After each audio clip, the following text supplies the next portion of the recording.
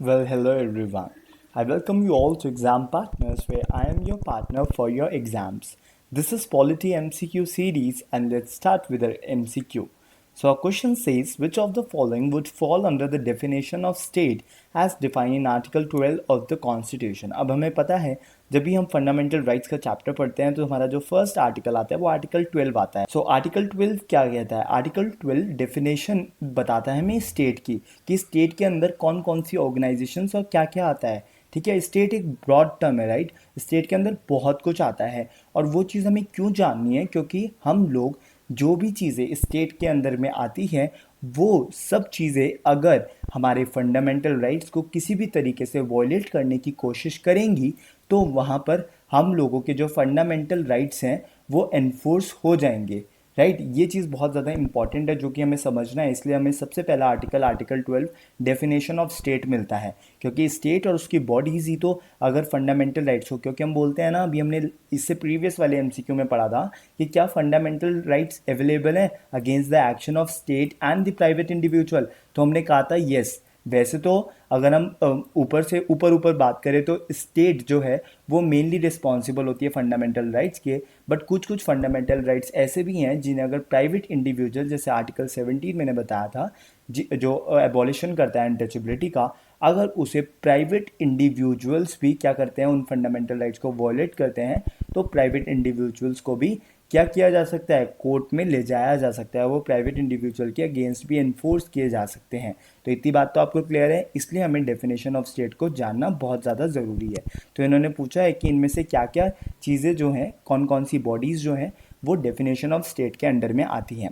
तो सबसे पहले तो हमें डेफिनेशन पढ़नी होगी स्टेट की, कि क्या बोलता है। देखो, जो टर्म है ना स्टेट, वो डिफरेंट तरीके के प्रोविजंस में यूज़ होती है, in different provisions concerning the fundamental rights. जो आर्टिकल 12 है उसका क्या है, वो पर्पस बताता है पार्ट 3 का। पार्ट 3 में क्या हमारे फंडामेंटल राइट्स हैं, तो आर्टिकल 12 बहुत इंपॉर्टेंट है जो हमें पर्पस बताएगा। देखो इसके अंडर में क्या क्या आता है।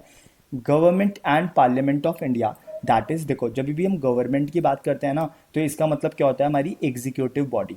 जैसे कौन कौन हमारे जो काउंसिल ऑफ मिनिस्टर्स हैं जिन्हें हेड करते हैं कौन, प्राइम मिनिस्टर, उन्हें हम बेसिकली क्या बोलते हैं, अपनी एग्जीक्यूटिव बोलते हैं, क्योंकि वो क्या करते हैं, लॉ का इम्प्लीमेंटेशन करते हैं, एग्जीक्यूशन करते हैं, राइट। और हमारा legislative organs of the union government, तो ये दोनों क्या हो गए, हमारे सेंट्रल लेवल पे हो गए। वैसे ही हमारा government and legislature of states, that is executive and legislative organs of the state, मतलब जो चीज़ हम सेंटर में पढ़ रहे हैं वही चीज़ आप स्टेट में समझ लो। और वैसे ही हमारी लोकल अथॉरिटीज़, जैसे आपको पता है हमारी म्यूनिसिपैलिटीज़, पंचायत हैं, डिस्ट्रिक्ट बोर्ड्स हैं, ये सब चीज़ें, राइट। तो ये सब क्या हो गए, हमारे लोकल लेवल पे हो गई। बट इनके अलावा जितनी भी अथॉरिटीज़ है, चाहे वो स्टैट्यूटरी हो, स्टैट्यूटरी का क्या होती है, जिन पे स्टैट्यूट की बैकिंग होती है, जिन पे जो किसी एक्ट्स के थ्रू बनी हुई होती हैं, राइट। और नॉन स्टैट्यूटरी जो एक्ट के थ्रू नहीं भी बनी है, से फॉर एग्जांपल किसी नोटिफिकेशन के थ्रू बनी है या किसी एग्जीक्यूटिव ऑर्डर के थ्रू बनी है, राइट। जैसे हमारी LIC होगी, ONGC हो गई, ठीक है, ऑयल नेचुरल गैस कॉरपोरेशन हो गई, SAIL steel authority of India हो गई, लाइफ इंश्योरेंस कंपनी हो गई, एक्सेट्रा। तो ये जो सब है हमारी, राइट, तो ये आपको याद रहना चाहिए कि ये आर्टिकल 12 में आती हैं।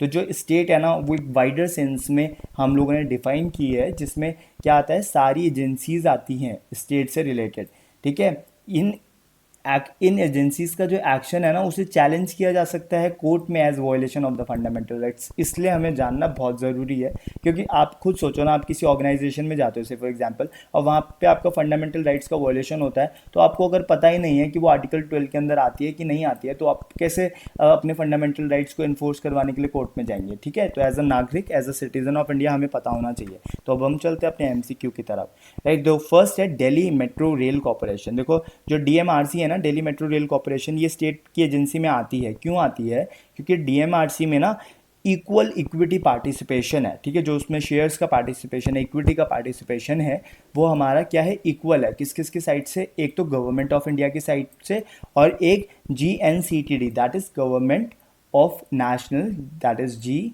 Government of national capital territory of Delhi, इन दोनों का, गवर्नमेंट ऑफ इंडिया का भी और government of national capital territory of Delhi का भी इक्वल इक्विटी पार्टिसिपेशन है। तो क्या ये गवर्नमेंट एजेंसी नहीं हुई? यस, ये गवर्नमेंट एजेंसी हुई। वैसे ही हमारी RBI की अगर हम बात करें, या फिर unique identification authority of India की बात करें, तो ये दोनों तो क्या है, स्टैट्यूटरी बॉडी हैं जो एक एक्ट के थ्रू बनी है।